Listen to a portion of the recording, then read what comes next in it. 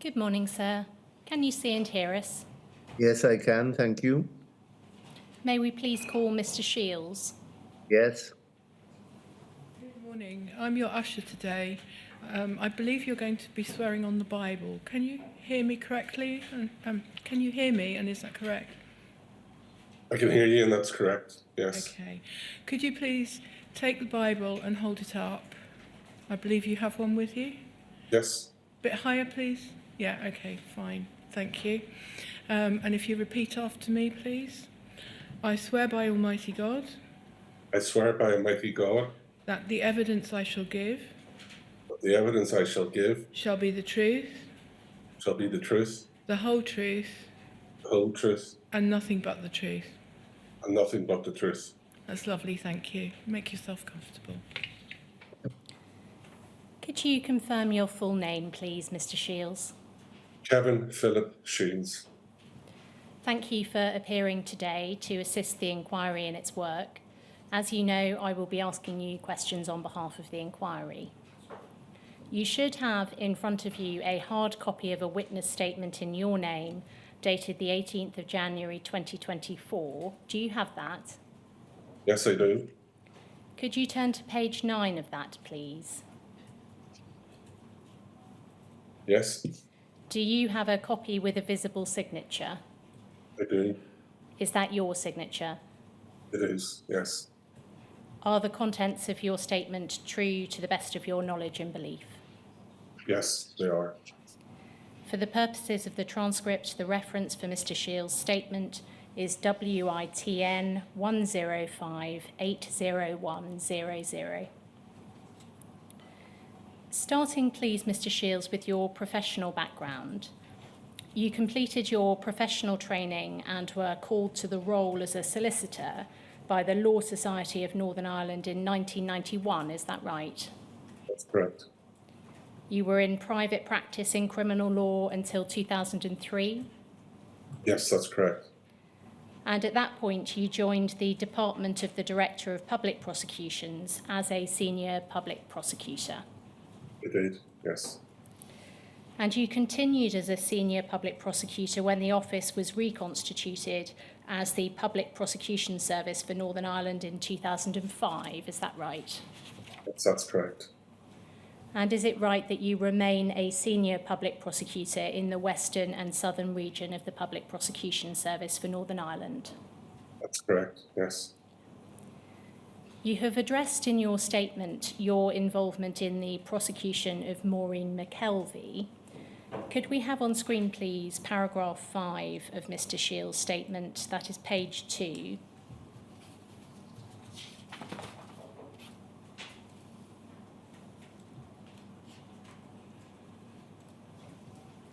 And at paragraph 5 you say, I do not recall being involved in any prosecutions which relied on Horizon IT data prior to Mrs. McKelvey's case, discussed below, or indeed in any subsequent prosecutions. This is the only prosecution case involving these issues that I was involved in.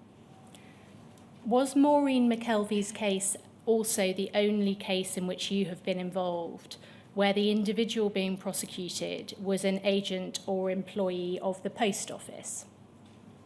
That's correct. Yes. Was this the only case in which you were involved where the post office conducted the initial criminal investigation as opposed to the Police Service Northern Ireland? Yes.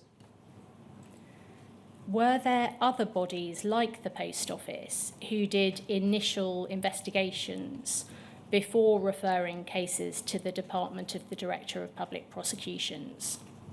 Yes, there are. And can you give an example of one of those other bodies? Social Security Agency.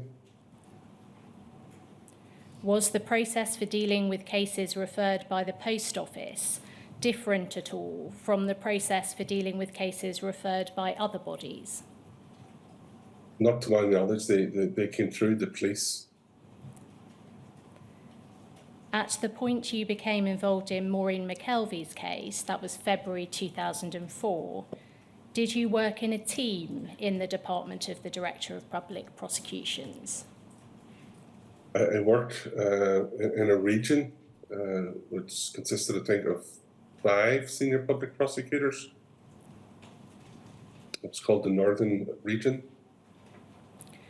Were you aware at the time of others in that region working on cases referred after initial investigation by the Post Office? No.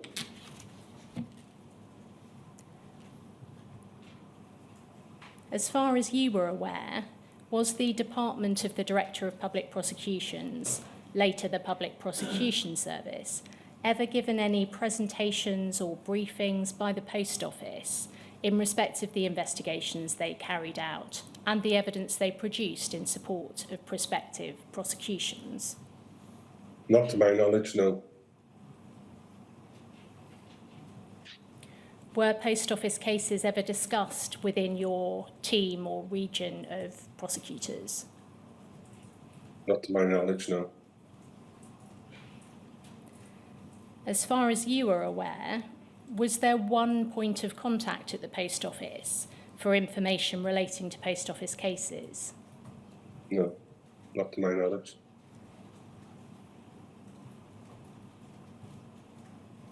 To the extent that you can help, once a report was produced by the Post Office and sent on to the Department for the Director of Public Prosecutions, later the Public Prosecution Service, was there any scrutiny of the adequacy of the investigation done by the Post Office? No, in the sense that prior to reaching the Department of Public Prosecutions, it went through the police. So to ensure that everything that was required for a prosecution was present. So that would be scrutinised. And likewise, once it arrived in the Department of Public Prosecutions, if there was evidence missing or a break in the evidence, we would ask for it. But no, there was no scrutiny of the investigation of the Post Office as such. Turning then to your consideration of the file in the Maureen McKelvey case, could we have on screen, please, paragraph 9 of Mr. Shiels' statement? It's page 3.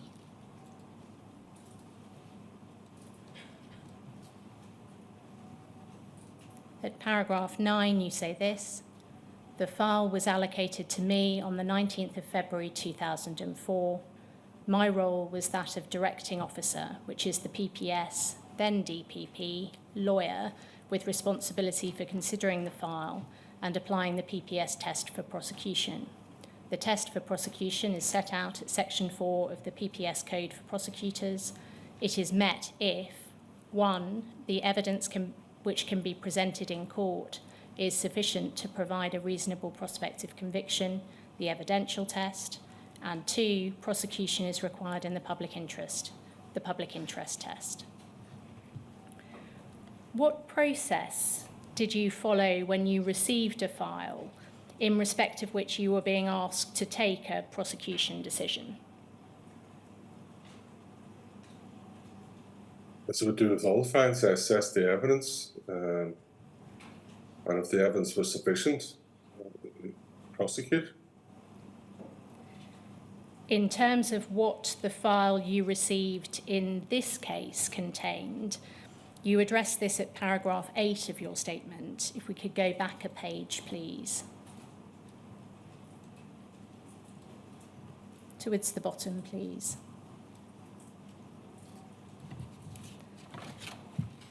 And you say, a file in relation to this matter was received from Police Service of Northern Ireland on the 28th of January 2004.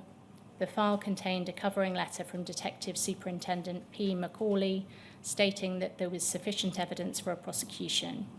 The file contained a further report prepared by Suzanne Winter, Investigations Manager with Post Office Limited, detailing that, in quote marks, the discrepancies summarised on the pension schedule indicated it is due to deliberate action and not error, and McKelvey is the only person with the appropriate access and opportunity. Could we have that covering letter and underlying report on screen, please? It is PNI 701_082.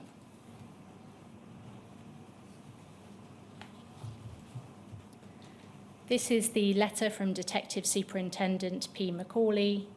The Detective Superintendent says this: "This file refers to a theft from the post office over a considerable period of time, and although the defendant makes no admission regarding these thefts, I feel that there is sufficient evidence to proceed with the prosecution for theft against the accused." What involvement did you understand PSNI to have had in this case before the submission of the file for a prosecution decision? The only involvement would be the report, the file being submitted to Criminal Justice Branch, who would have reviewed it and then forwarded it on to the DPP as then was. There was no, they appointed, my understanding is that they appointed a detective constable to oversee the file to ensure that the evidence is present. At the time, what was your understanding of the police's knowledge of of post office cases in general? I don't know if the police had any knowledge of post office cases. Who had ownership of the investigation once a report had been sent by the post office to the police? The post office or the police? I'd say the post office. How much weight would you have given the police assessment of sufficiency of evidence when you received the file with a covering letter in these terms?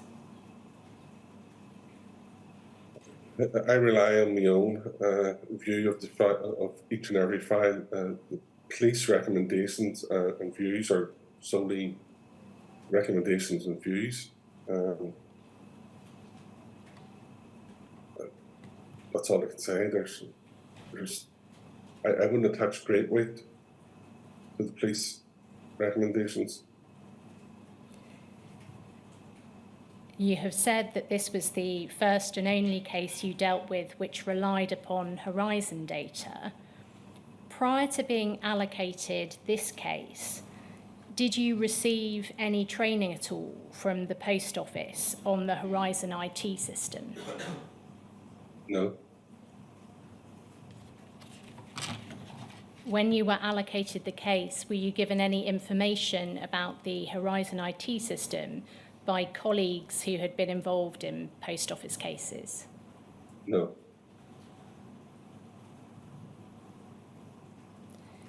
Did you take any steps upon being allocated this file to understand how the data relied upon was generated before you took the decision to prosecute? No.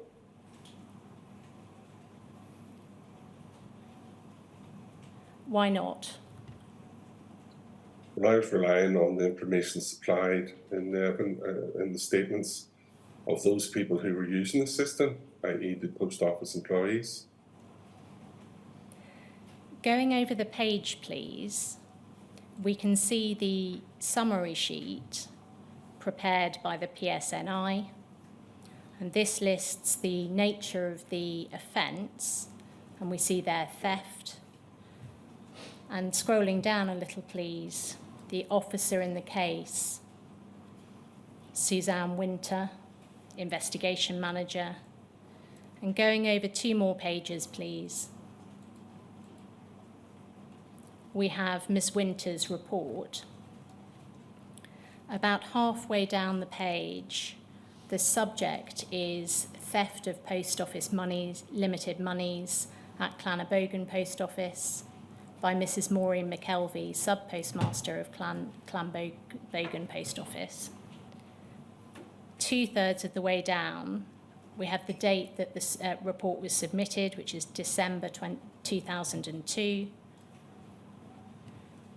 And then going to page 6 of this document, please. There is a précis of facts, which is authored by Miss Winter. The first page here sets out some background to the paying out of pensions and allowances to members of the public by the Post Office. And towards the bottom, the penultimate paragraph here on this page, there is an explanation of foils in this way. Customers who collect a pension or allowance normally receive payment by order book. The order book contains a number of detachable foils on which is printed the date of payment, amount of payment, pension or national insurance number, group number. The detachable foils are attached to a counterfoil which is fastened to the cover of the order book. Payment can only be made on or after the due day of payment unless payment in advance has been authorised. When the order book is presented at the post office, both the counterfoil and the detachable foil are date stamped. The detachable foil is torn from the order book and the customer paid the sum stated on the foil. The detached foil is retained in the post office for accounting purposes. Then follows an explanation of the way pensions and allowances are accounted for weekly. And it says here, pensions and allowances paid at the counter are summarised and accounted for weekly. Many post offices prepare a daily summary of paid pension and allowance foils. Daily and or weekly summaries are prepared by sorting all paid foils into their respective group in ascending order of value. Each group of foils is then machine ad listed for the total for each group, carried to the bottom of the machine listing to produce a summary of all group totals. Group totals from all machine listings for that accounting week are entered onto the form P2311BMA. Grand totals for the individual group numbers are summarised on the pensions and allowances summary P2311MA.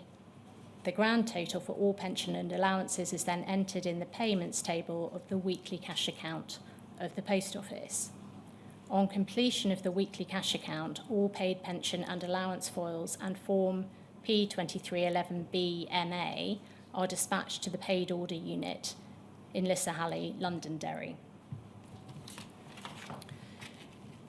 Did you understand this summary to be saying that the amounts on the various physical foils were entered into the system, which resulted in an ad list being created, which gave both a total of each group of foils and then a summary of the total for all groups?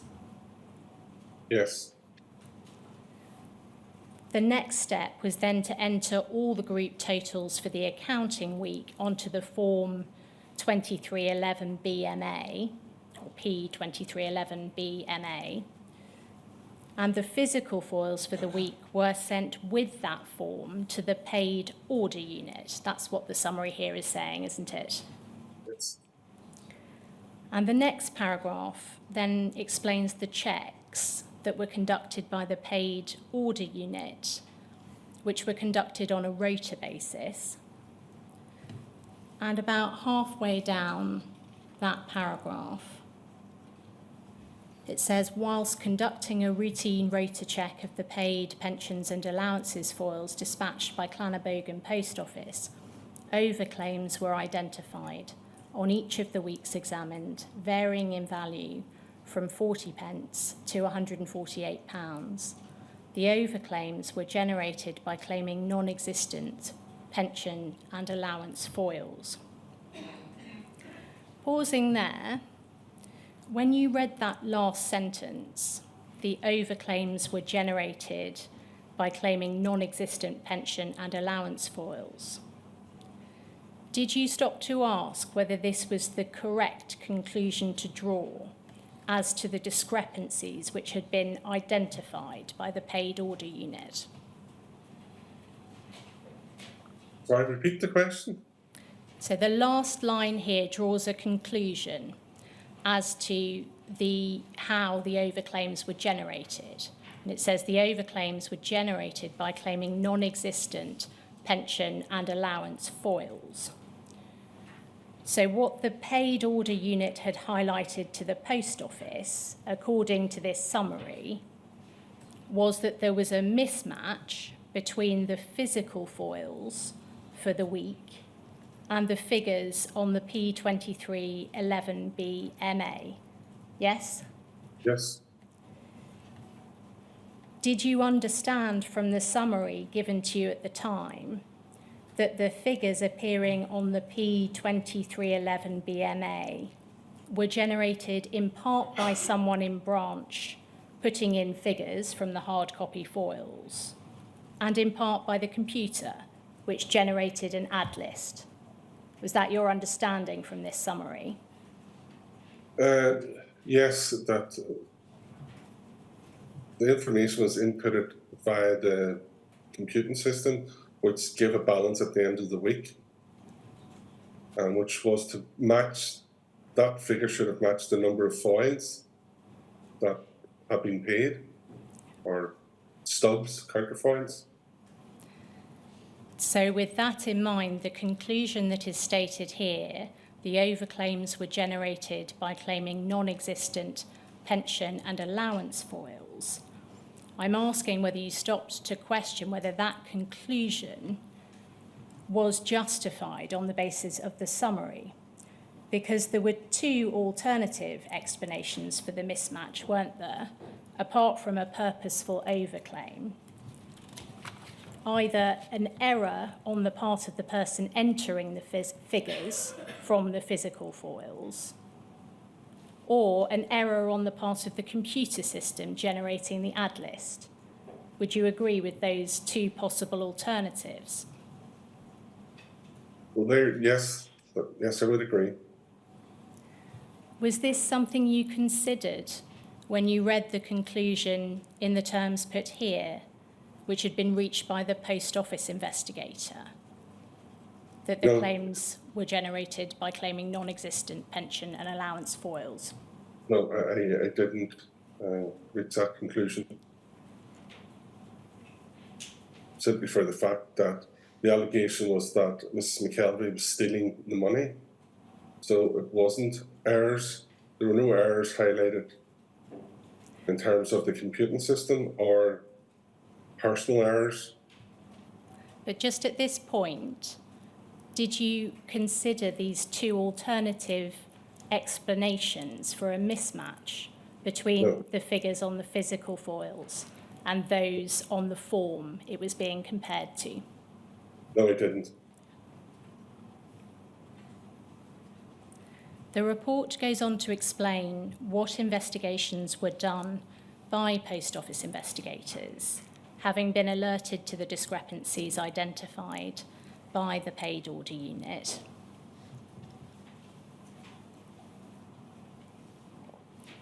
The Post Office Limited Investigation Team, when appraised of the situation, made arrangements to receive the paid pension and allowance pouches forwarded from Clannabogan Post Office to POU Lisahally on behalf of the Benefits Agency. Local checks by the Post Office Limited Investigation Team revealed overclaims of a similar pattern to those identified by the POU Lisahally. Les Thorpe and Suzanne Winter Consignia Investigation Team attended Clannabogan Post Office on Thursday, the 4th of April 2002, accompanied by John McKenney, a member of the Security and Audit Team. A special audit was conducted by McKenney, and the result of the audit was a shortage of £152.80. At the conclusion of the audit, McKelvey was formally interviewed under Police and Criminal Evidence Northern Ireland Order 1989, Codes of Practice, tape seal numbers, and those are given, in the presence of her solicitor, Stephen Atherton. McKelvey could or would not offer a reason for the discrepancies and stated she had done everything to the best of her ability. So the summary of Mrs. McKelvey's position in this report was that she could not explain the discrepancies she was being asked about and had made no admissions. Is that fair? That's a fair assessment, yes. There are then, starting at the top of this page, some observations made by the investigator.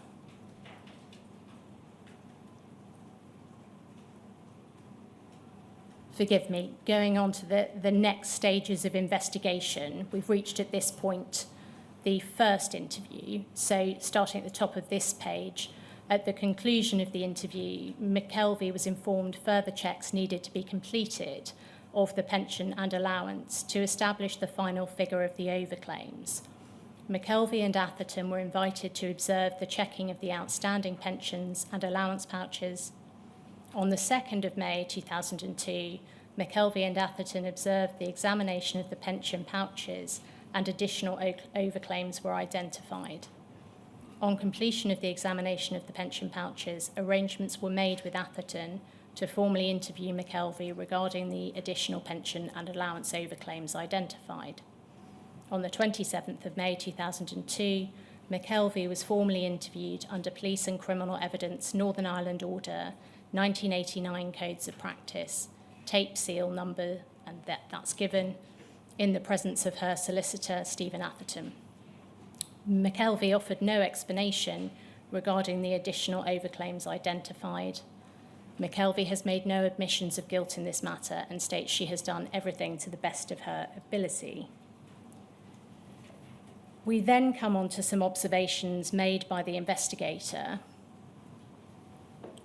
which are as follows. The discrepancies summarised on the pension schedule indicate it is due to deliberate action and not error, and McKelvey is the only person with the appropriate access and opportunity. Maureen McKelvey has rendered herself liable to prosecution, and in view of the availability of evidence to support such actions, these papers are forwarded for authorisation to prosecute. The accounting aspect in this case is currently £4,623.48 and remains outstanding. There is no reason given here by the investigator for why, she says, the discrepancies summarised on the pension schedule indicate it is due to deliberate action and not error. There is also no reason given for why Miss Winter considered that Mrs. McKelvey had rendered herself liable to prosecution. Did you probe why these conclusions were reached by Ms. Winter at this time? No, I did not. You say at paragraph 10 of your statement that having considered the evidence on the file, you decided that the test for prosecution was met. There's no reference in Ms. Winter's report to what material was included with the report. Can you recall now whether you were provided with the records of tape-recorded interview with the report from Miss Winters, or were you reliant on the summary given in the report at the point of taking the decision to prosecute? No, I had a full transcript of the 3 taped interviews conducted with Mrs. McKelvey. And did you read through them before you took your decision? I did. There was a point towards the end of Mrs. McKelvey's first interview in April where she raised a question over whether there might have been an error on the computer. That isn't mentioned in the précis of facts in Ms. Winter's report, but having read through the transcripts, were you aware of that when you took the decision to prosecute? We can go to it if it would help. It's PNI 701062. And it's page 76, please.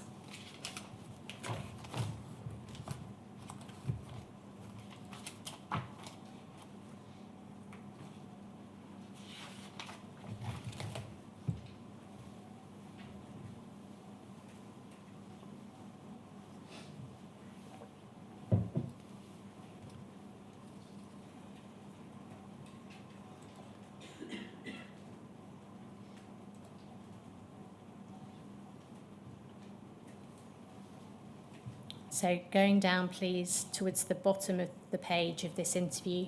This is, as I said, towards the end of that first interview.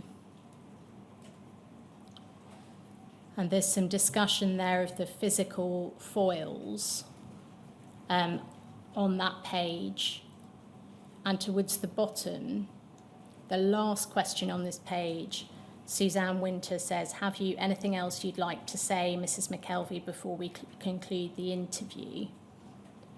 And at the top of the next page, please.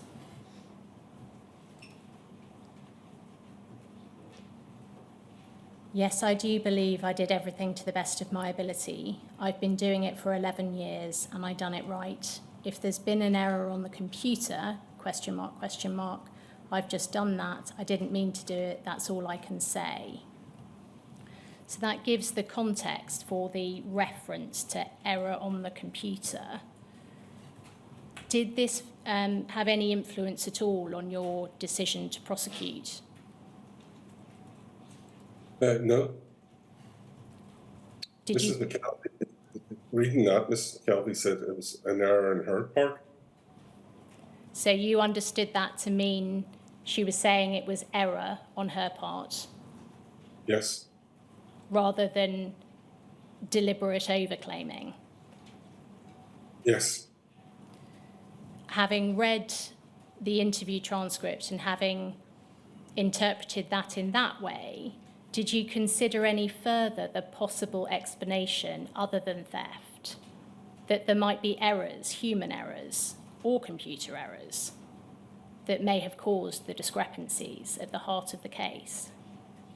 I considered human error, not computer error.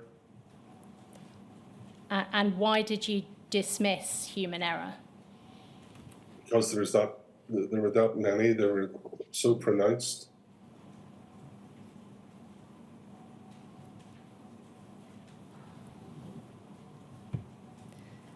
Thank you. That transcript can come down. There is no reference in Ms. Winter's report to the fact that there were underclaims as well as overclaims, to use the terminology of the report, overclaims. Were you aware that there were underclaims as well as overclaims identified at the point of deciding that the prosecution test was met? From memory, yes. What relevance did you think that that had? The overclaims,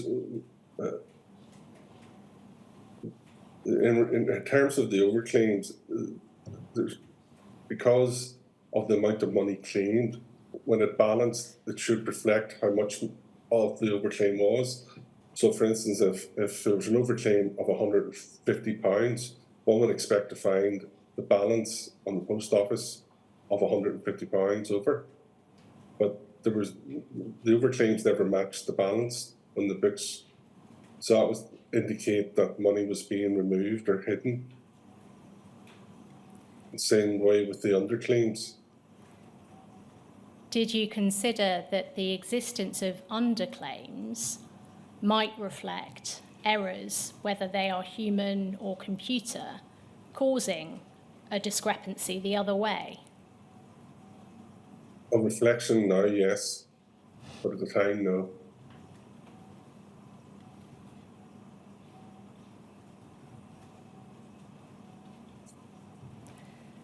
At the time, how did you satisfy yourself that Miss Winter's assessment that the discrepancies on the pension schedule indicated deliberate action were correct?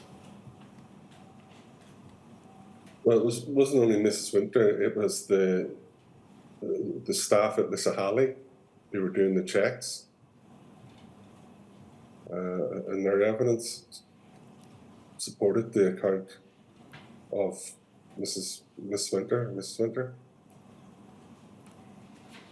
In terms of the figure given for the accountancy aspect of the case, could we have Ms. Winter's report back on screen, please? That is PNI 7001 _082. And it's page 8 of that document, please.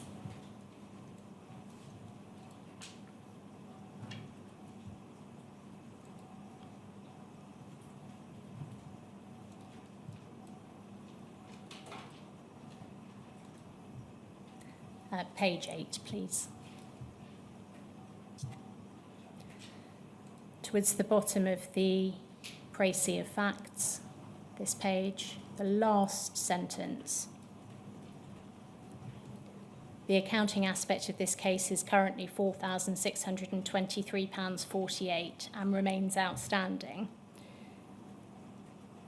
This was the figure the Post Office was alleging that Ms. Winter had stolen, and we can see that if we go to page 11 of the document.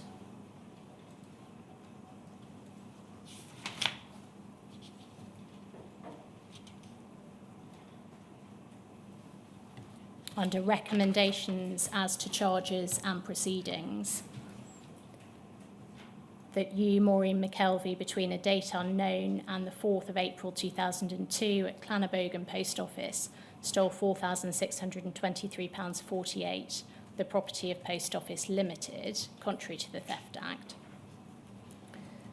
The précis of facts from Ms. Winter explained that there had been an audit conducted on the 4th of April 2002, and the result of that, we saw in the summary, was a shortage of £152.80. It seems then that there was analysis of further pensions and allowances pouches, although there's no mention in the summary of any further audit conducted. How did you satisfy yourself that there was an actual loss to the Post Office and the extent of that loss, having read Miss Winter's report? It wasn't Miss Winter's report, it was the totality of the file. It was the evidence given by the officers who were checking the files in Lissahalli. They totaled the losses, or what they say was the losses. What relevance, if any, did you think the audit on the 4th of April 2002, so that's the audit conducted on the day of the first interview, the figure at that audit for a shortage being £152.80?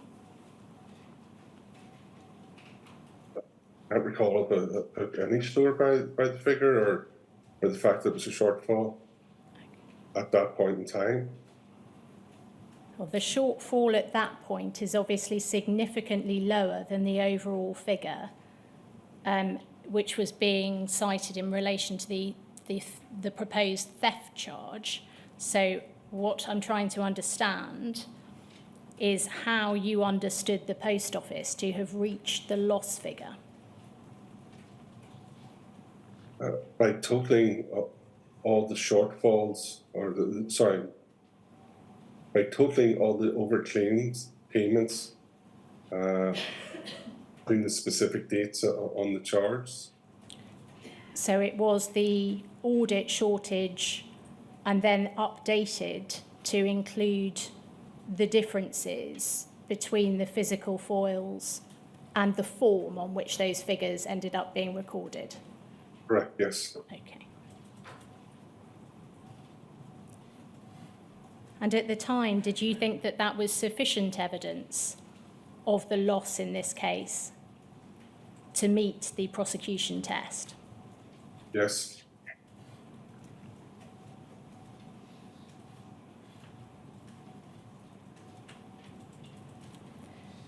Does the law as it applies in Northern Ireland include the same requirement as the law in England and Wales, that the prosecution must pursue all reasonable lines of inquiry, whether pointing towards or away from the guilt of a suspect?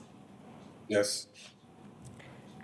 As a prosecutor, and you made some reference to this earlier, if you consider that a reasonable line of inquiry has not been pursued in a case, or that there is an evidential gap in the case, could you direct an investigating officer to pursue that line or investigate that gap?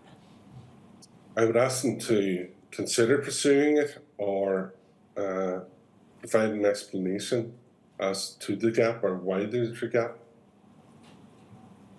I could direct them, but whether they acted on my directions is a matter for them.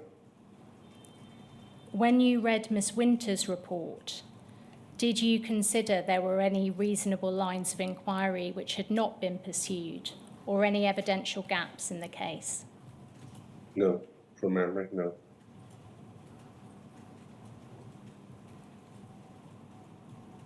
I asked earlier about alternative explanations in this case, other than deliberate overclaiming, namely human error and computer error. Having read Ms. Winter's summary of steps taken in the investigation to the point of this report, did you ask yourself whether either of those possibilities should be investigated further? No. More widely, did you have any reason when you considered this report to question whether the data being relied upon by the Post Office was reliable? I had no reason to believe otherwise.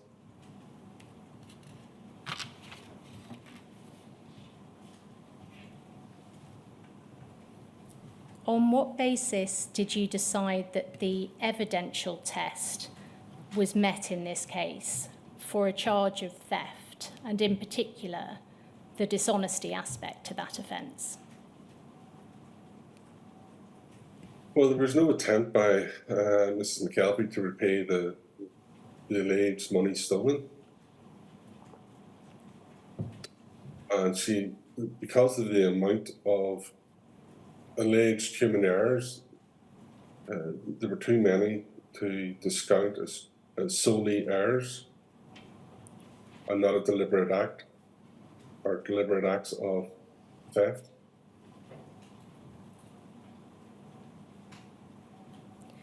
You say at paragraph 10 of your statement that having decided the prosecution test was met, you issued a direction to case preparation in late February 2004 to prepare papers in anticipation of trial. Is that right? That's correct, yes. And you then signed committal papers on the 22nd of March 2004. Is that right? That's correct, yes. Could we have on screen, please, PNI 701_082?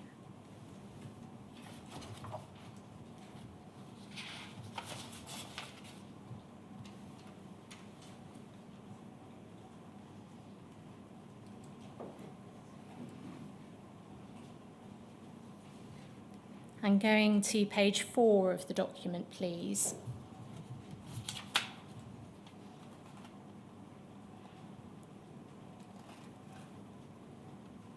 Apologies, I've given the wrong reference. Could we please have PNI 701_081?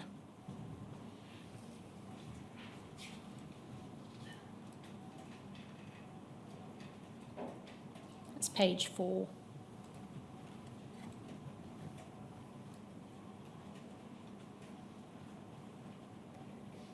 So we can see that this is to the Chief Constable, and scrolling down to the bottom, please,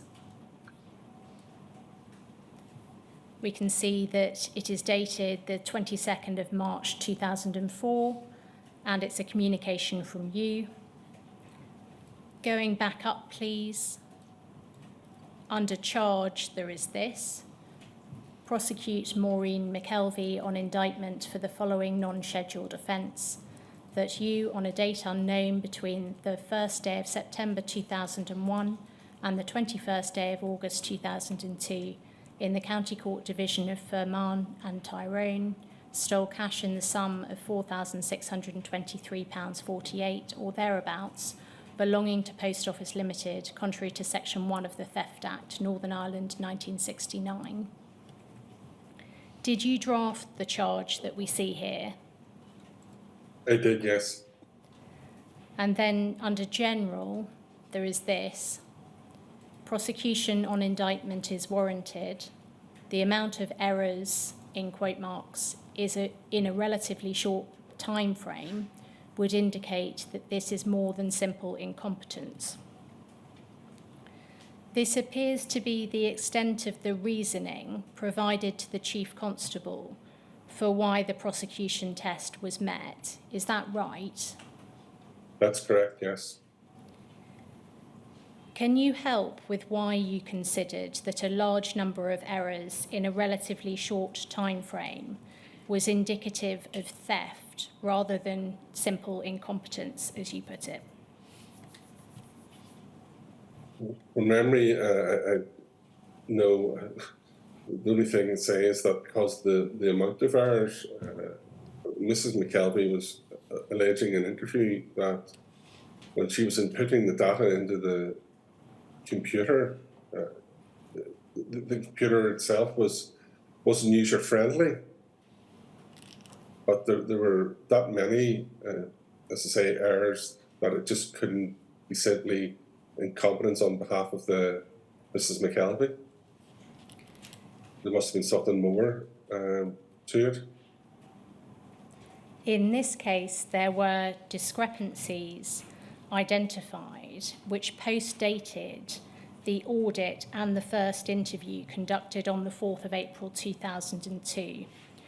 And these were put to Mrs. McKelvey in the second interview, which took place on the 27th of May 2002. Did you take this into account when making your prosecution decision, in that these discrepancies arose after Mrs. McKelvey had come under scrutiny? So would that not be something which weighed against deliberate overclaiming rather than for? I can't recall. I understand the question, and yes, but now sitting here today, no, I can't recall that.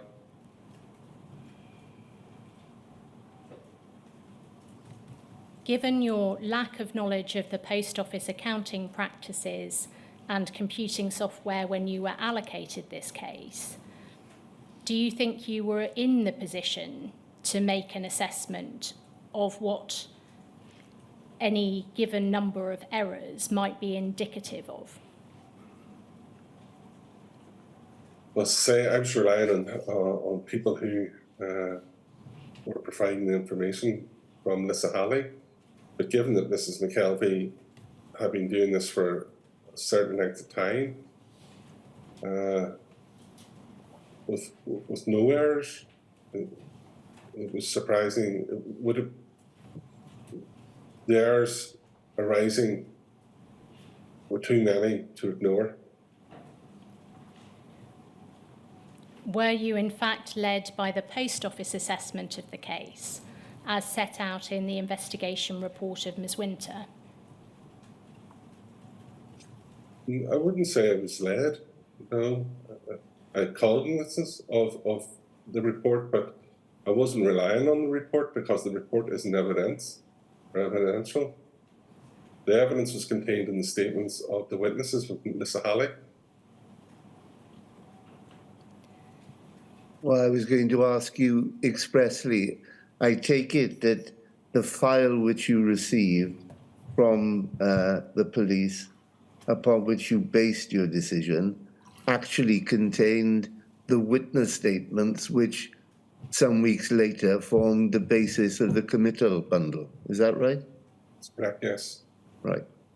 And without identifying them, are you telling me, because you've mentioned it on a number of occasions, that there were in that file witness statements from members of staff at Lissa Halley, which you relied upon?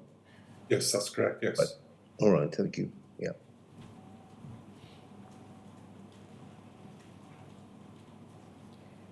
Having been through Ms. Winter's report in some detail this morning, would you agree that the report did not sufficiently address the possibilities of human or computer error as alternative explanations in the case? Yes, I would agree with that.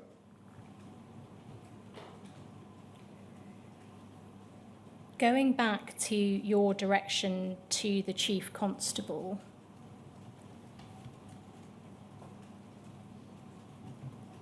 and this is page 4, we're on page 4. Below your reasoning for why the prosecution test was met, you set out the steps to be followed to progress the case.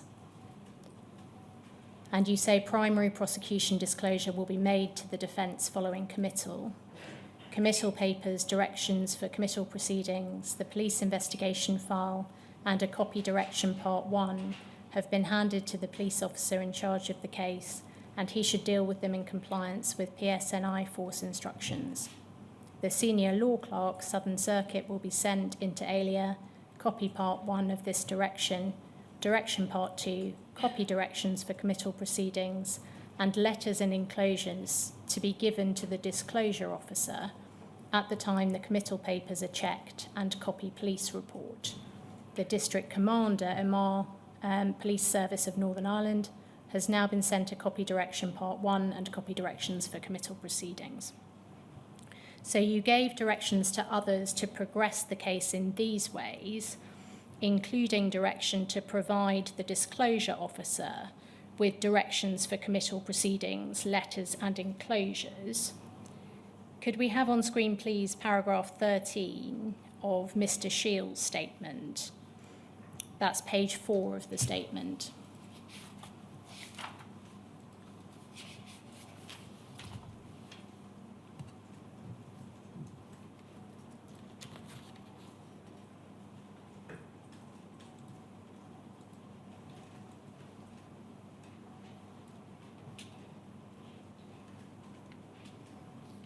You say here the primary disclosure would have included the non-sensitive disclosure schedule, which to my recollection was provided by police. I would also have been in receipt of the sensitive schedule, which was a nil return. My understanding at the time was Detective Constable Coyle was the disclosure officer. So your understanding is that the non-sensitive disclosure schedule was provided by the police, is that right? Yes. And you say your understanding at the time was that Detective Constable Coyne was the disclosure officer in the case. Could we look, please, to the directions for committal proceedings? This is PNI 701_081.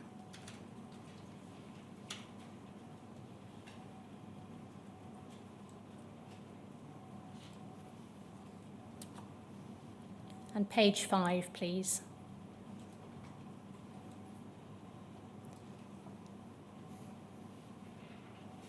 So this is directions for committal proceedings, a copy of which you had asked to go to the disclosure officer in the case. And this is sent to Officer in Charge Suzanne Winter, who is identified there. Going over the page, please. We can see there are instructions relating to disclosure. Is it right, therefore, that Suzanne Winter was the disclosure officer in the case, or is it still your understanding that it was the police officer, Detective Constable Coyne, who was the disclosure officer? I would say that Suzanne Winter, in real terms, is the disclosure officer, because she had, as a post office employee, she had access to the documents within the post office. But I think Detective Constable Coyle may not have been, in real terms, the disclosure officer was Suzanne Winter, I'd say, on reflection.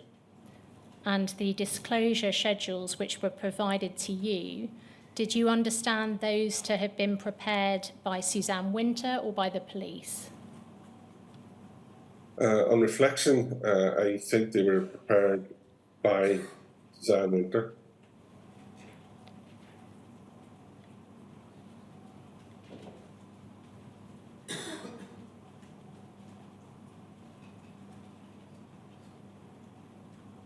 Did you have any concerns at all about the disclosure officer in the case being an investigator for the Post Office?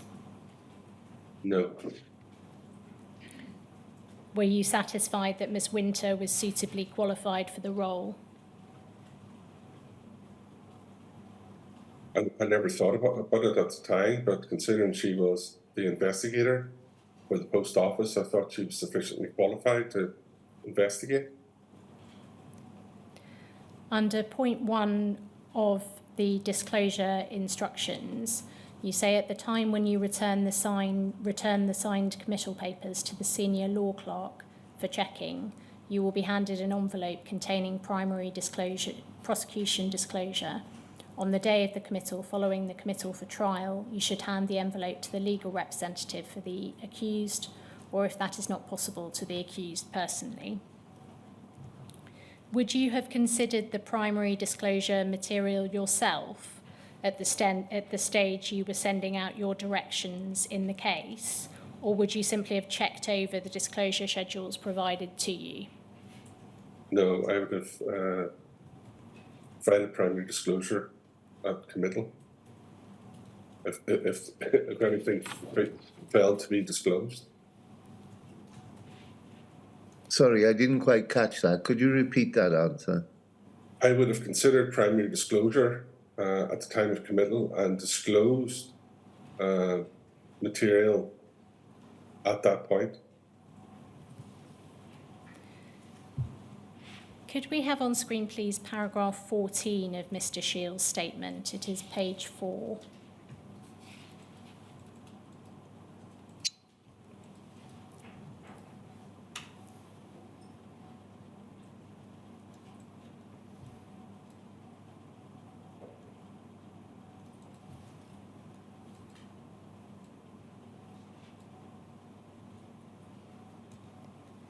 And at paragraph 14, you say this: there was nothing in the non-sensitive disclosure schedule or the sensitive disclosure schedule which alerted me to any issue with the Horizon IT system.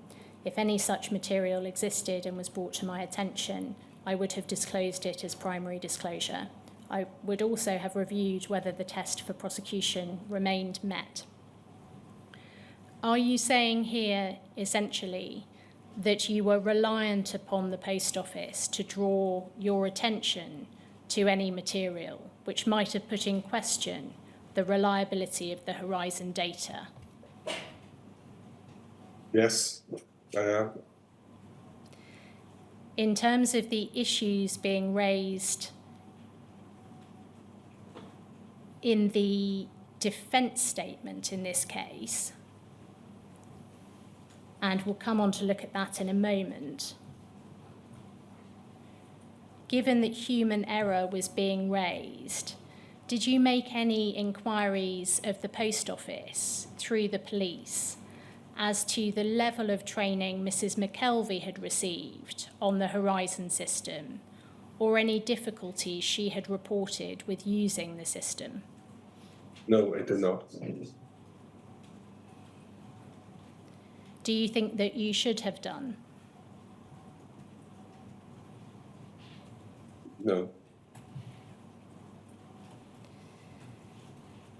Mrs. McKelvey pleaded not guilty on the 17th of May 2004, and the case was listed for mention on the 24th of June 2004. Is that right? Yes. You deal at paragraph 17 of your statement with the directing officer's role in relation to disclosure.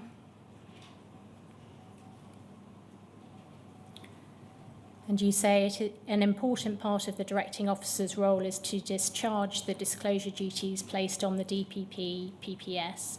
Those obligations are set out at paragraphs 4.54 to 4.59 of the PPS Code for prosecutors. By virtue of Section 7A of the Criminal Procedure and Investigation Act 1996 as amended, disclosure duties are continuing and kept under review by the directing officer throughout a prosecution. Secondary disclosure was triggered by receipt of the defence statement in this case, is that right? But before we go on to that, Ms. Price, I know that we've got them. Can I just be told publicly, so to speak, whether the first, the primary disclosure non-sensitive schedule was signed by anyone? Sir, I'll find an answer to that and come back to you if I may. I mean, Mr. Shiels refers at paragraph 13 to the non-sensitive disclosure schedule and gives a reference to a document. I just wondered if we looked at that document, it would give us the answer, that's all. Yes, so I have the schedule of non-sensitive material.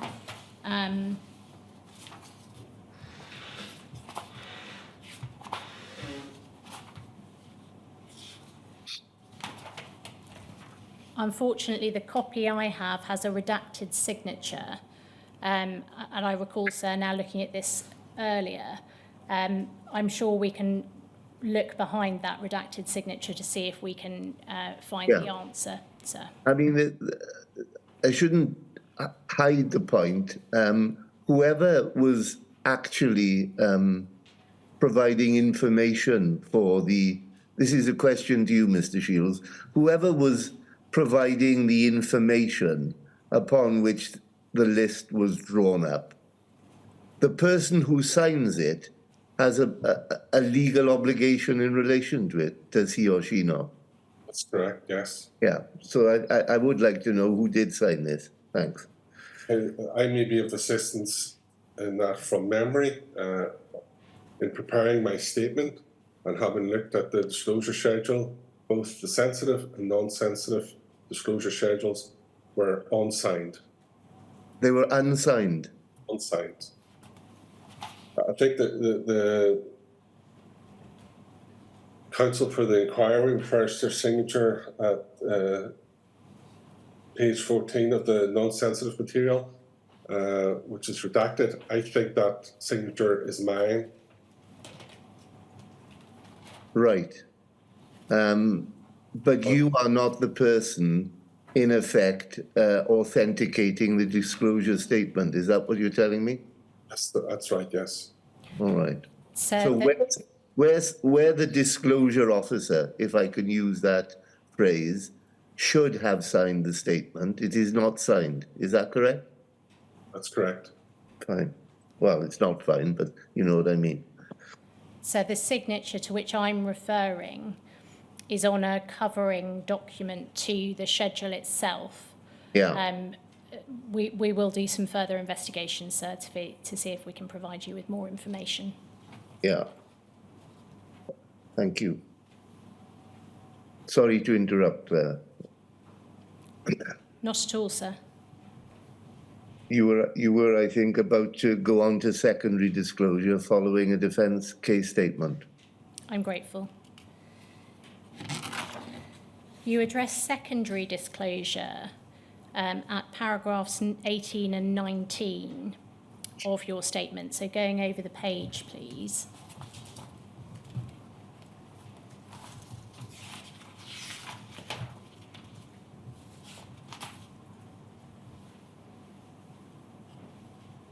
And here you say this: a defence statement was received by PPSNI on the 10th of May 2004. At paragraph 4, it cited 4 possible causes of the branch shortfalls identified.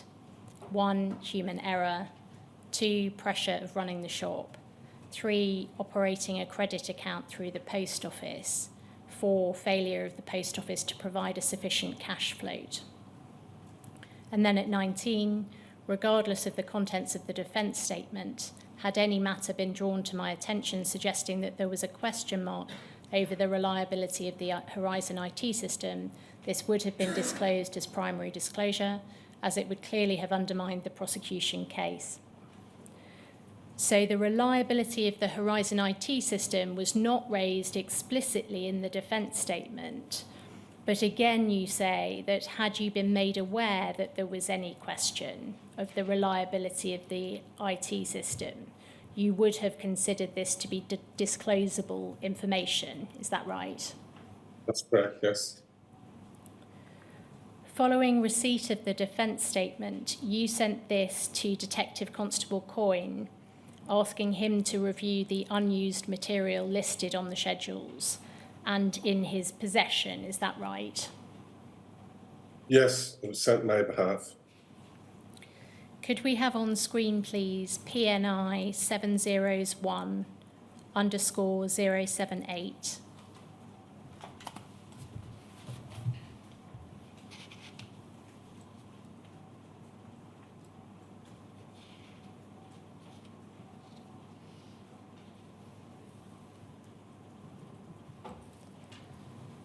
This is a letter from you to Maureen McKelvey's solicitors at the time, dated the 13th of June 2004.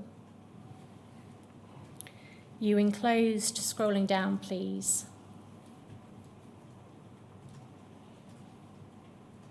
you refer to having considered your defence statement received on the 10th of May.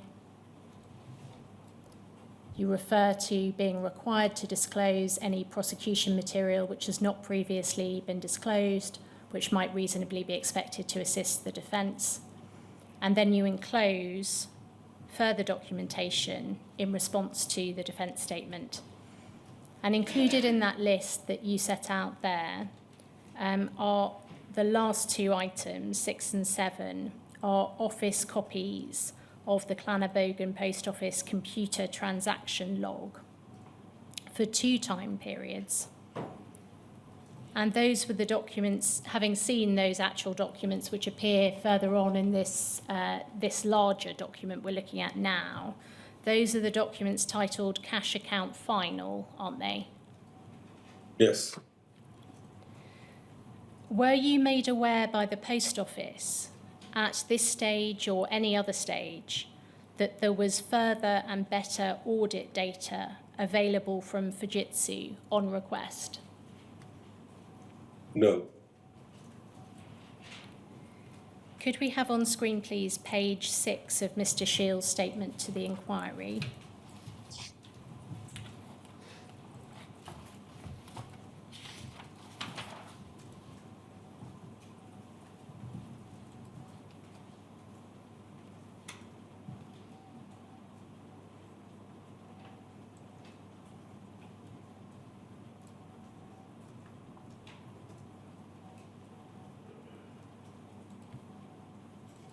That's page 6, paragraphs 23 and 24. And at paragraphs 23 and 24, you say this: having completed secondary disclosure, I had no further involvement in this case until I was requested to review the prosecution on public interest grounds due to the ill health of Mrs. McKelvey on the 10th of September 2004. In this particular region, the DPP office was situated in Omar Courthouse and was staffed at that time by 2 senior public prosecutors who would have dealt with disclosure and other issues that would have arisen during the lifetime of any case in the Crown Court. So is it right that you had no involvement in the specific disclosure requests made by the defence in July 2004, although you have helpfully set out a summary of events relating to these in the paragraphs which follow in your statement? That's correct. And so is that summary based solely on your review of the documents provided by you to the inquiry? Yes. We will come on to the review you did of the prosecution after Mrs. McKelvey's ill health was raised in September 2004. But I would like first, please, to take you to some of the documents relating to the July 2004 specific disclosure requests, recognising, of course, that you did not personally deal with these. Could we have on screen, please, PNI 701_071?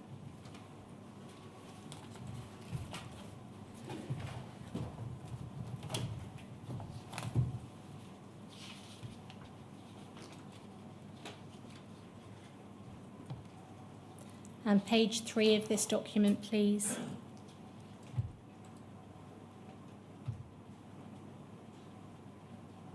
This is a letter dated the 22nd of July 2004 from Mrs. McKelvey's solicitors to Detective Constable Coyle. It is the letter to which you refer at paragraph 25 of your statement, if that helps you to put it in context. And scrolling down, please. We can see we refer to the above matter and following directions of forensic accountants retained, hereby seek the following secondary disclosure as a matter of urgency. There were 4 secondary disclosure requests made in this letter. The first one was disclosure of all correspondence between the Post Office Paid Order Unit and the Investigations Unit headed by Suzanne Winter, as indicated in the statement of Ms. Winter as giving rise to her investigation. The second was disclosure of all records held by the Post Office Limited, Investigations Unit, Social Security Agency, Paid Order Unit, and Post Office Amar Headquarters of a report in the second half of 2001 by Mrs. McKelvey to Gary Grugan, Area Manager for Sub-Post Offices, Omar District, in relation to problems with the Horizon computer system. This request for assistance gave rise to a site visit by Eugene McMahon and subsequent investigation by Lissa Halley. We therefore seek immediate disclosure of all documentation from the initial report to the conclusions drawn by Lissa Halley. Then third, disclosure of all records relating to the reporting of problems encountered at Clanabogan Post Office following the suspension of Mrs. McKelvey in relation to Horizon computer system. And finally, fourth, please let us have a copy of the interview tapes, paste 24, enclosed herewith. And that last request is crossed out and someone has dealt with previously, presumably because these had already been disclosed. We've seen them on the schedule, haven't we, Mr. Shiels?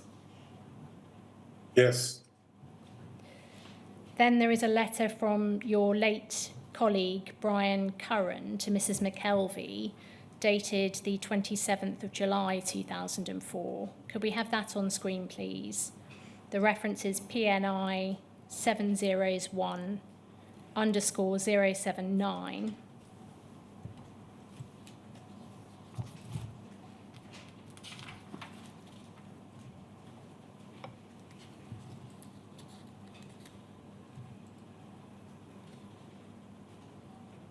That's the letter dated the 27th of July 2004. And it confirms that Mr. Curran had asked the officer in charge to liaise with Suzanne Winter, in that third paragraph there, in order to deal with the request for further disclosure. And then we have a letter from Suzanne Winter to Detective Constable Coyle, dated the 30th of July 2004. Could we have that on screen, please? It is PNI 701_069.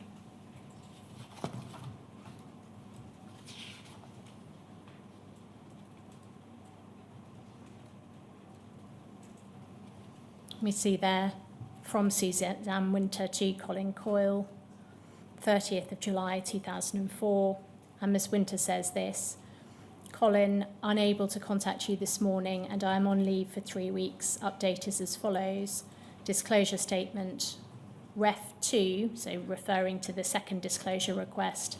I have spoken with Gary Grugan and Eugene McMahon. Gary has no reports available and Eugene has a diary entry of visiting McKelvey February 2002 to discuss lottery. I have searched through the office file and copied anything I believe may be relevant, see enclosed.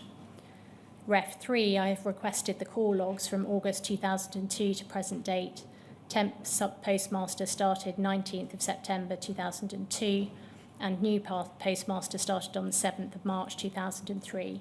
These logs are for information only and cannot be used formally. If a statement and full explanation is required, the Fujitsu, the owners of the Horizon computer system, have to be involved. She then says she returns to her work on the 23rd of August. You say in your statement that you had not seen this letter before compiling your statement for the inquiry. Is that right? That's correct, yes. Could we have back on screen, please, PNI 701_071?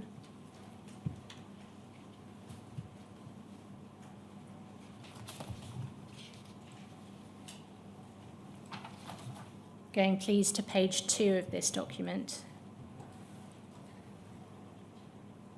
This is a memo from Detective Constable Coyle to the Criminal Justice Unit, Omar, and it reads as follows.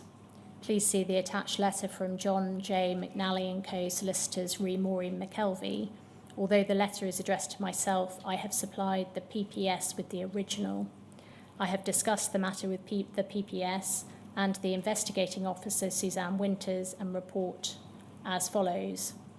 1. I have been informed by the investigating officer this matter is covered by the statements and exhibits from staff at the Lisahally office. So that appears to be relating to disclosure request 1. Is that right?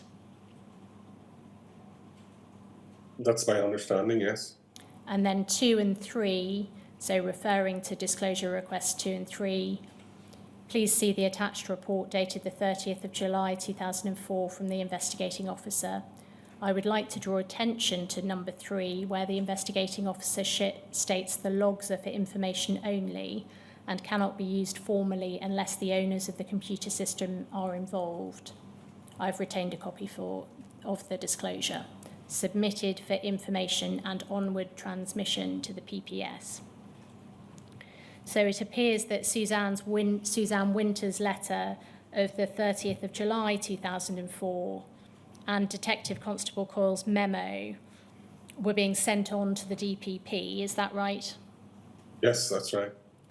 And going back a page, we can see this happening by way of a letter dated the 16th of August 2004, going to PPS Belfast Chambers from... Sure. Forgive me, I cut across you. Yes, that's correct. It's sent by C2. And was that where you were based, or was that a different location? That was a different location. And so this is from Criminal Justice Manager J. McCleary.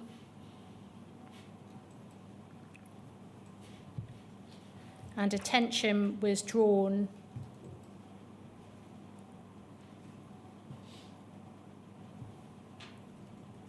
here to the further documentation for your information that appears to enclose the memo and Ms. Winters' note that we've looked at the previous page. So attention was drawn by Detective Constable Coyne to Ms. Winters' comment that the helpline call logs were for information only and could not be formally produced unless the owners of the computer system were involved. Did anyone from the DPP review the further disclosure provided by Ms. Winter to assess whether the prosecution test was still met? I know you're working on the basis of the documents you've seen, but is there any evidence of that on the documents you have seen? No, there's nothing.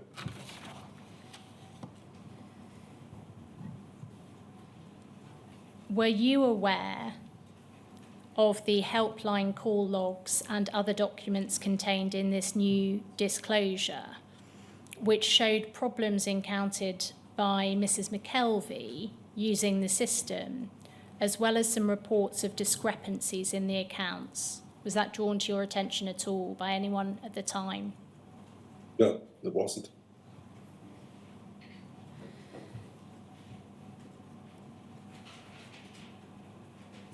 Documents which showed problems encountered by Mrs. McKelvey using the system, as well as reported discrepancies, were relevant, were they not, to your earlier assessment that the amount of errors in a relatively short time frame indicated more than simple incompetence, as you put it? Yes, they were very relevant. They were also relevant to the third possible explanation for discrepancies, which I raised with you earlier, computer error, weren't they? Yes, they were. Do you think these documents should have been drawn to your attention specifically at the time? Yes. Had they been, would it have caused you to reassess whether the prosecution test was still met? It would have, yes. Would it have changed your view as to whether the prosecution test was met? It may well have done. The call logs which were produced by the Post Office were for the date range the 26th of September 2001 to the 15th of May 2002. It appears that these were provided to Mrs. McKelvey's solicitors. Could we have on screen, please, PNI 701_070?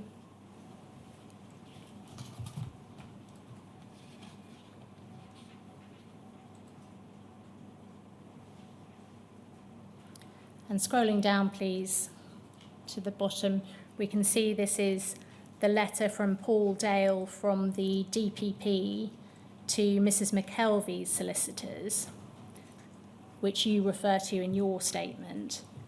And he says this: I refer to your letter dated the 22nd of July 2004. I will deal the matters you raise in the same order as set out in your above correspondence. 1, I am informed that this is covered by the statements and exhibits from staff at Lisahally office. 2, the enclosed is the only relevant documents held by the Post Office investigations.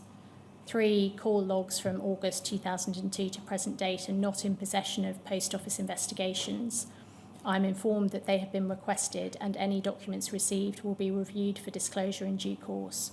I have, however, been supplied with a printout for the 26th of September 2001 to the 15th of May 2002, which is enclosed for your information.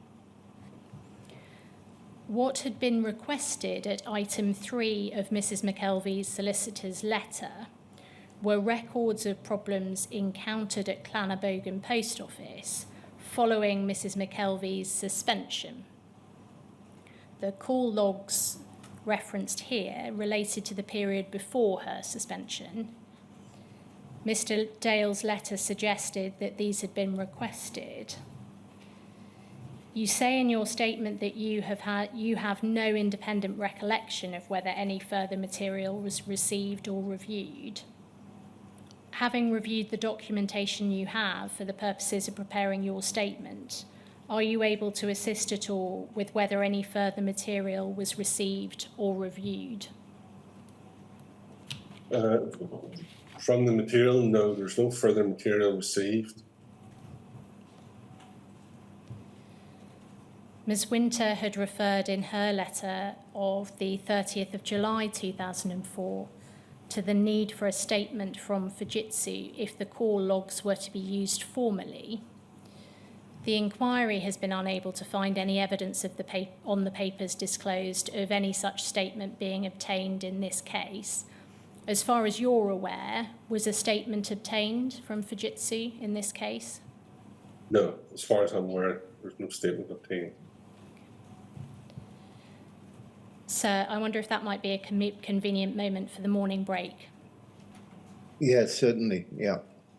It is 25 past now. Perhaps if we can come back at 22, please, sir. Yeah, certainly. Thank you.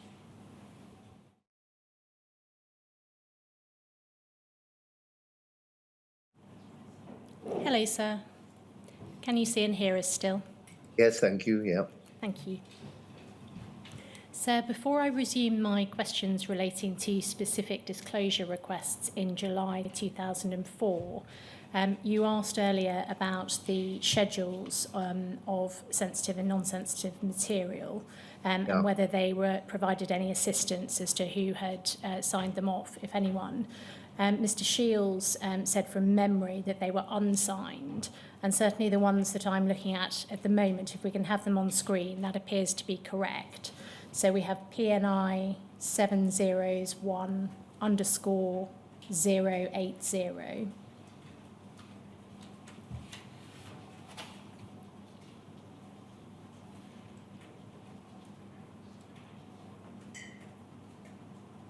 So that covering sheet, if we can just scroll down a little,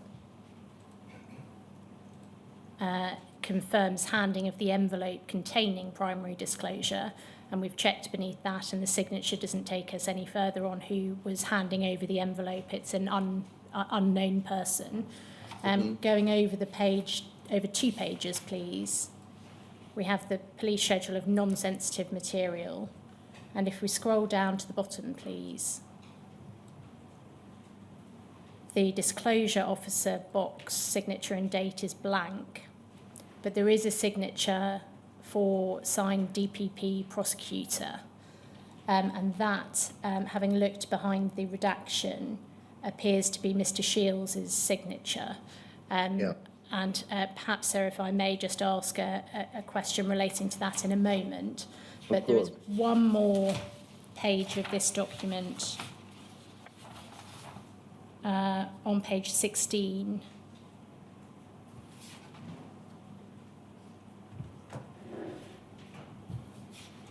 Again, schedule of non-sensitive material. This is page 14, which I think, internal 14, which I think Mr. Shiels was referring to. Scrolling down to the bottom, please. We can see again there's a redacted signature, and that signature also appears to be Mr. Shiels' signature, but there's no additional signature there. So, Mr. Shiels, was this the document you had in mind when you were, from memory, saying that the schedule was unsigned? Yes.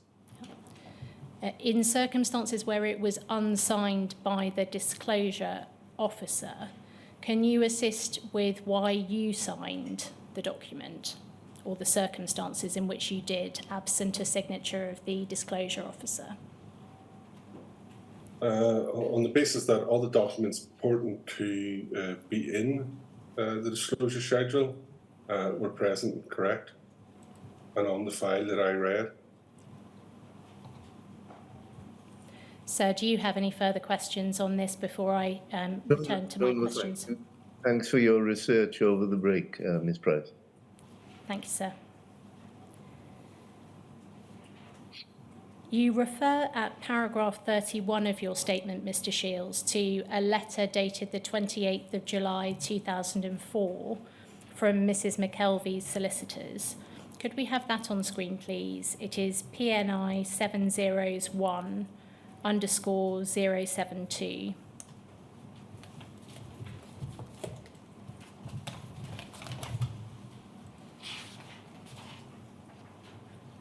And it's page 3 of that document, please.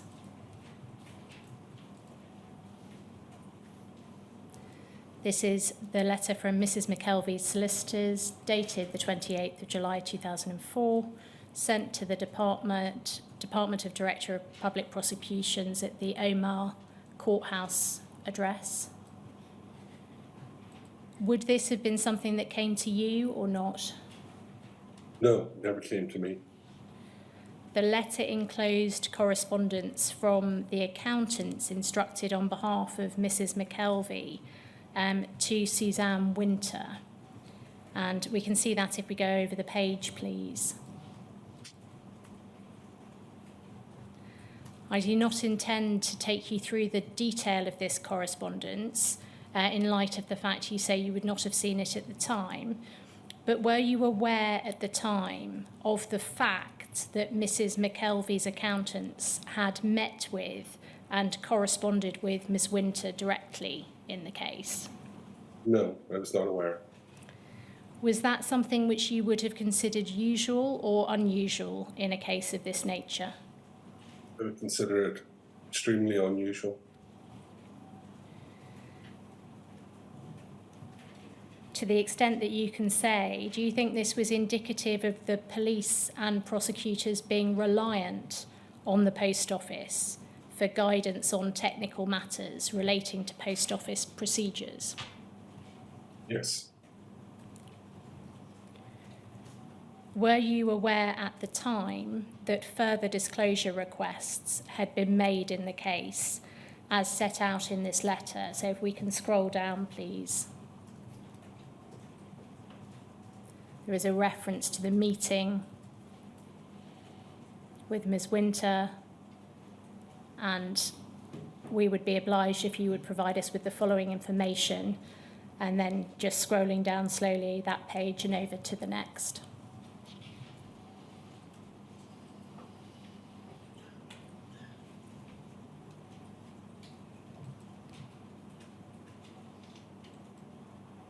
So were you aware of this second set of requests in July 2004 for further documents from the accountants to Ms Winter? No, I was not aware.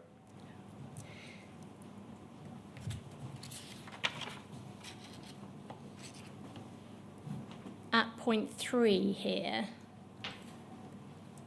we have this. We have been informed that on one of the occasions Mrs McKelvey requested assistance, Gary Grugan came to the post office to assist in the reconciliation of a P&A report, so pensions and allowances.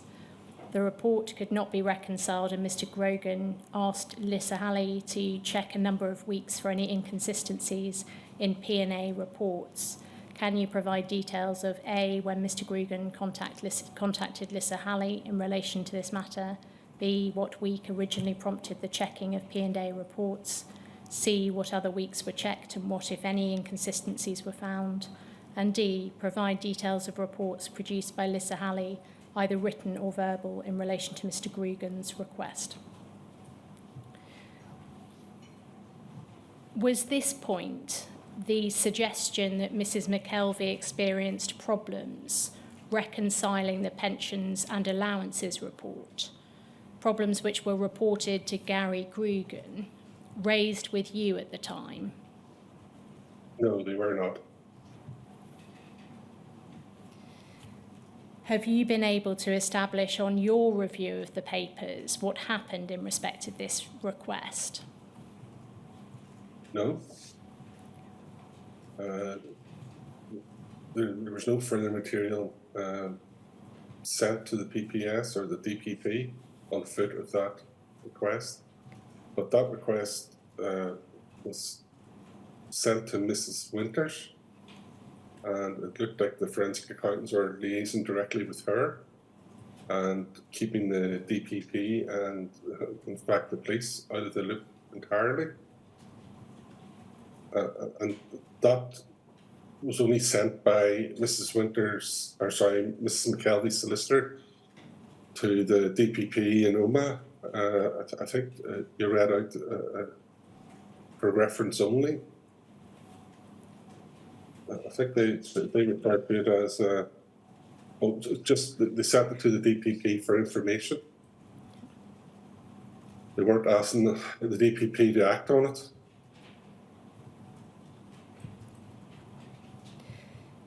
Could we have on screen, please, page 8 of Mr Shiels' statement?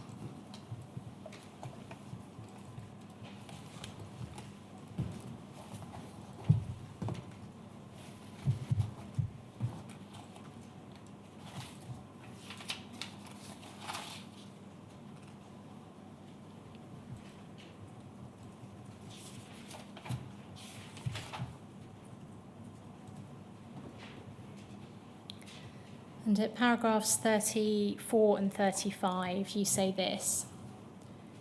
On the 7th of September 2004, the defence solicitors wrote to DPP staff based at Omar Courthouse, asking the DPP to consider whether the public interest limb of the test for prosecution was still met in light of an enclosed medical report on Mrs McKelvey. Within the inquiry materials is a handwritten note from a DPP clerk passing the correspondence to me for urgent reply. There is a handwritten file note created by me dated the 10th of September 2004 in respect of a telephone call to Mrs McKelvey's solicitor, Stephen Atherton, in which I expressed sympathy for his client's health problems but concluded that there was nothing in the report that would influence me to alter my original decision to prosecute. I'm not going to ask you about the detail of your decision in relation to the public interest grounds, but when you did that review, did you review whether the evidential test continued to be met? No, I did not. And why not?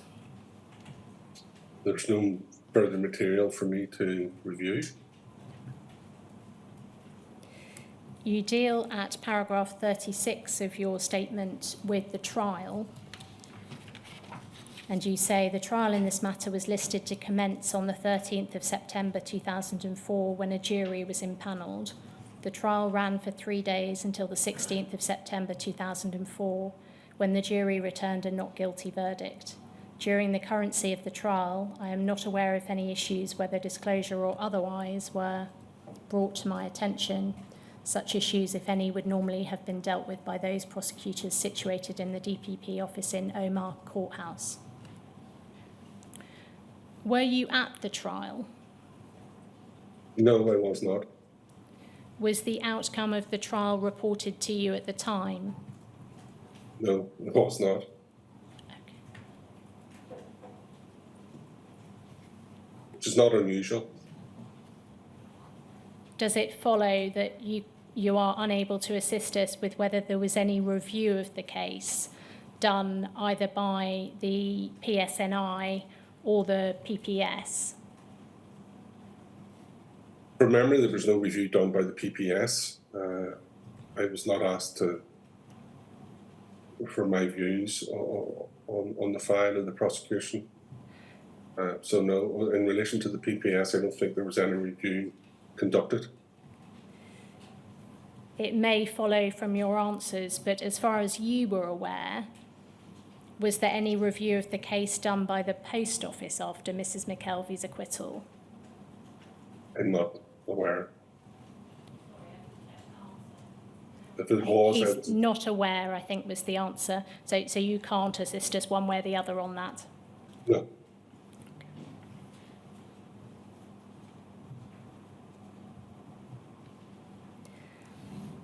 Finally, from me, Mr. Shiels, the inquiry has heard evidence from Ms. Winter that there came a point in time when the Police Service Northern Ireland required there to be a statement from Fujitsu attesting that the computer was working correctly and reliable in relevant post office cases referred for prosecution.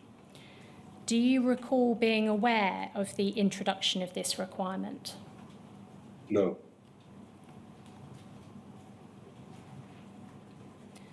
So those are all the questions I have. Do you have any questions before I turn to call participants?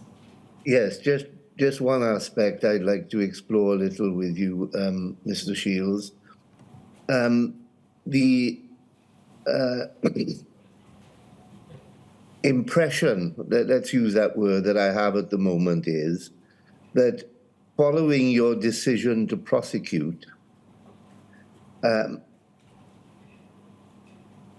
no one within the DPP team, to use a loose expression, thought it necessary to refer requests, for example, relating to secondary disclosure, to the person who'd actually taken the decision to prosecute. All right, that seems clear from this correspondence trail.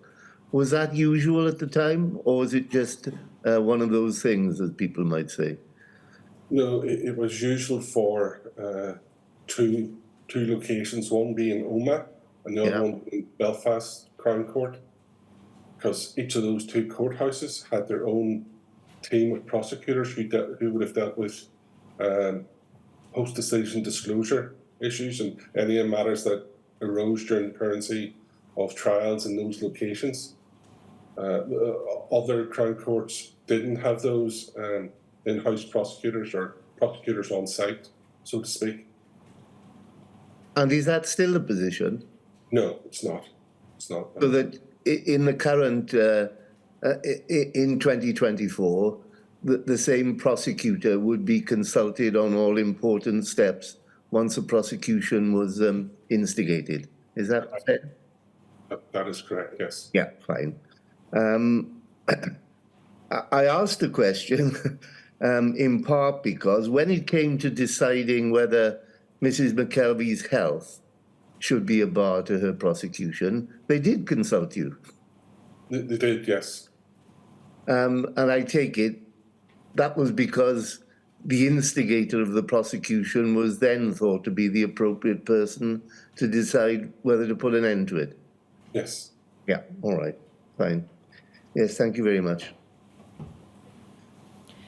So I think Mr. Jacob has some questions. Certainly. Mr. Jacobs? Thank you, sir. Mr. Shiels, I represent Maureen McKelvey. You've made some admissions in your evidence this morning at 10:55. You accepted that the investigation report didn't sufficiently address the possibility of human or computer error as an alternative explanation in this case. You've also confirmed that the helpline call log documents were not brought to your attention, and you said that that might have changed your view on whether the prosecution test was met. And you also accept that you have, perhaps unsurprisingly, a lack of knowledge in post office accounting processes, and that you were reliant on post office for technical matters. So that's what you've told the inquiry this morning. You weren't made aware of the fact that Mrs. McKelvey was acquitted in September 2004. Why was that? Why weren't you told about that? It wouldn't be usual to be told whether somebody was acquitted or convicted. Mrs. McKelvey has said, and it's been put to witnesses, that the trial judge, after the acquittal, made a number of comments, and one of the things he said was that the post office case had been a sham. And you were asked by Miss Price whether there was any review of the outcome of the case. Now, you've said that you didn't even know about the outcome of the case. Are you able to explain why, when a case is rejected in the way that it was, and in light of comments that a judge may have made, why PPS wouldn't conduct a review? Well, if the judge made those comments, I would expect a review to be carried out. I'm sorry, I didn't hear that. If I could ask you to speak up, please. If the judge did make those comments, I would expect a review, or certainly to be carried out, or questions to be asked. But you weren't even told about the outcome, were you, Mr. Shiels? No. And do you...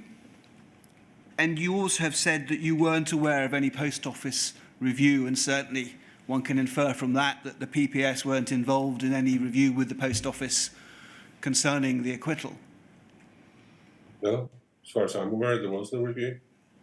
Do you think that in circumstances where a company or a commercial organisation is an alleged victim and the sole investigator, that there's a risk that information provided to a prosecution authority may not always be balanced or objective? I would agree with that statement, yes. And do you think that perhaps if there had been a review, and of course you can only speculate, but that it might have thrown up the fact that certain information that should have been provided to you by the post office wasn't? Yes, I agree with that.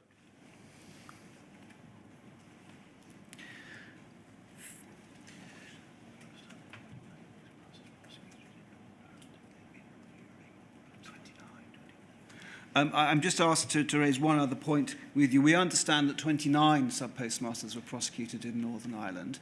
Had there been a review in 2004, as a prosecutor yourself, do you think that might have changed how matters were dealt with in investigations going forward? Possibly, yes. Possibly. Thank you. I haven't any more questions for you. I think all things are possible, Mr. Shiels, as they say. So possibly is a good answer to that last question. Thank you, Mr. Shiels, for making yourself available. As a matter of interest, actually, the documents which you produced as part of your paragraphs, well, let's say from paragraphs 25 onwards, which weren't drawn to your attention, but you discovered, was that because we sent them to you, or did you send them to us? I believe we sent them to you. Well, then, thank you very much for being thorough enough to find them. Right, good. We'll resume tomorrow, I take it, Ms. Price. Yes, sir. 10 o'clock for Mr. Ward. Thank you. Thank you.